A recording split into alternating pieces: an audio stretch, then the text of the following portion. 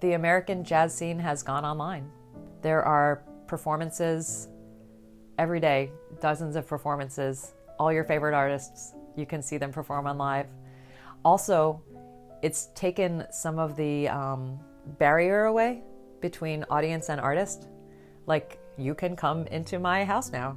Before, at my cottage, I used to be very private. I didn't even put that I had a cottage on Facebook or anything. Couldn't hide it anymore because I was living there. And then not only did I not hide it, but I invited everybody into my cottage. They saw I did a whole series of concerts in my sauna. I have a sauna out back, you know, and the acoustic is so beautiful in there. In my sauna, I'm not trying to be weird, but like I was in my robe. That's a lot more intimate than most audiences used to get with me.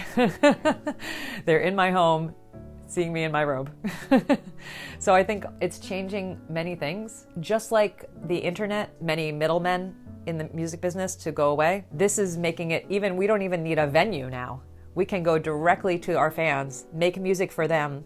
They can pay for that music directly in small amounts that add up. The first concert I did online in May, I reached out to like everybody who I'd ever met in my life, but I made over $1,000 doing that concert, you know, 1 hour Zoom concert, beginning of the pandemic when before Zoom fatigue. But still, that was amazing. People said how much they enjoyed it. And I enjoyed it. It was very stressful because I was running everything and it was kind of new on Zoom. So I think it's brought the musicians and the audience closer. And also the audience realizes if we don't support the musicians, the music will go away. So I think that's a good consciousness raising. You don't know what you got till it's gone, you know, so the scene will not be the same when coronavirus is over. So many clubs have closed, just like here. I always talk about the coronavirus silver linings. So for me, it's creating my website and learning all this new handyman skills I learned. I learned in the pandemic that I can do anything. You don't have to do it great, but I can do anything. I want people to feel like that about singing. I love to bake a bread loaf. You know, it's not going to be the best bread, but it's like, I can bake bread and then I can eat the bread. You can sing a song.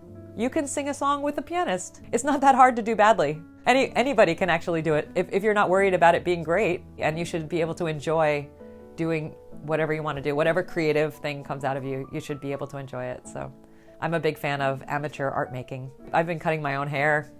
You know, it's like, it's not going to be the best haircut I ever got, but it's kind of cool. It's fun. If that answers your question. We lost things. We gained things. This is the coronavirus. This is the pandemic.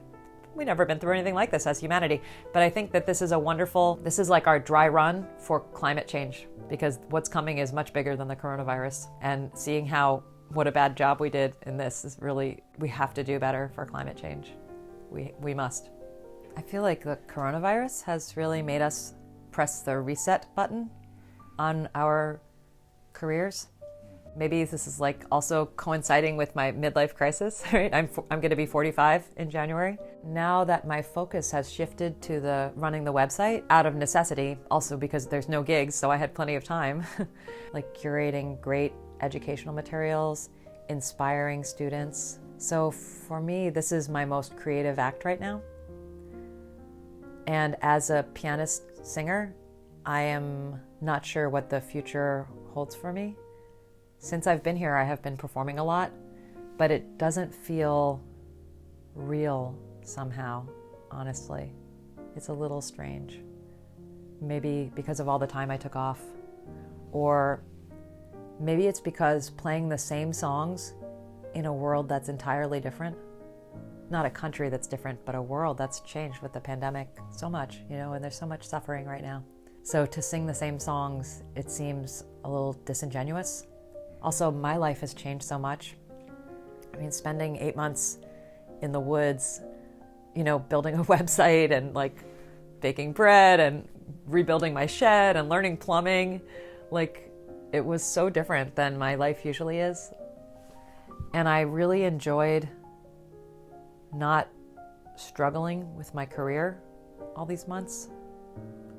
It's really hard to focus all that energy going like this, you know, all the time, the hustle, you know. And honestly, like when I've been performing here, I cannot stop the chatter in my head. It's very hard. I've done it every concert. I've found a few songs where the chatter stopped and I was able to just deliver the song. But there's a lot going on in my head, like insecurities, like you're not good enough, you didn't practice enough these last 8 months, you suck. Also, you're too good to be playing at this club where people are talking. I can't believe you're 45 and you're this is all your career has amounted to. So both like, I'm too good, I'm not good enough at the same time, happening in my head, when really I should be focusing on the storytelling of the song. But so it's very, I'm really struggling right now. I have complete confidence that I will know what to do, as things will be revealed to me, and I will just follow. I have this philosophy that I go by and that I teach my students too about going through open doors. A lot of times we're knocking at the closed door. Why won't they let me in? I must not be good enough. I'm too good. They won't, I'm too good for that door. But really there's right next to it is a door that's wide open, that's welcoming you. Go through that door. That you don't know where that one's going to lead you.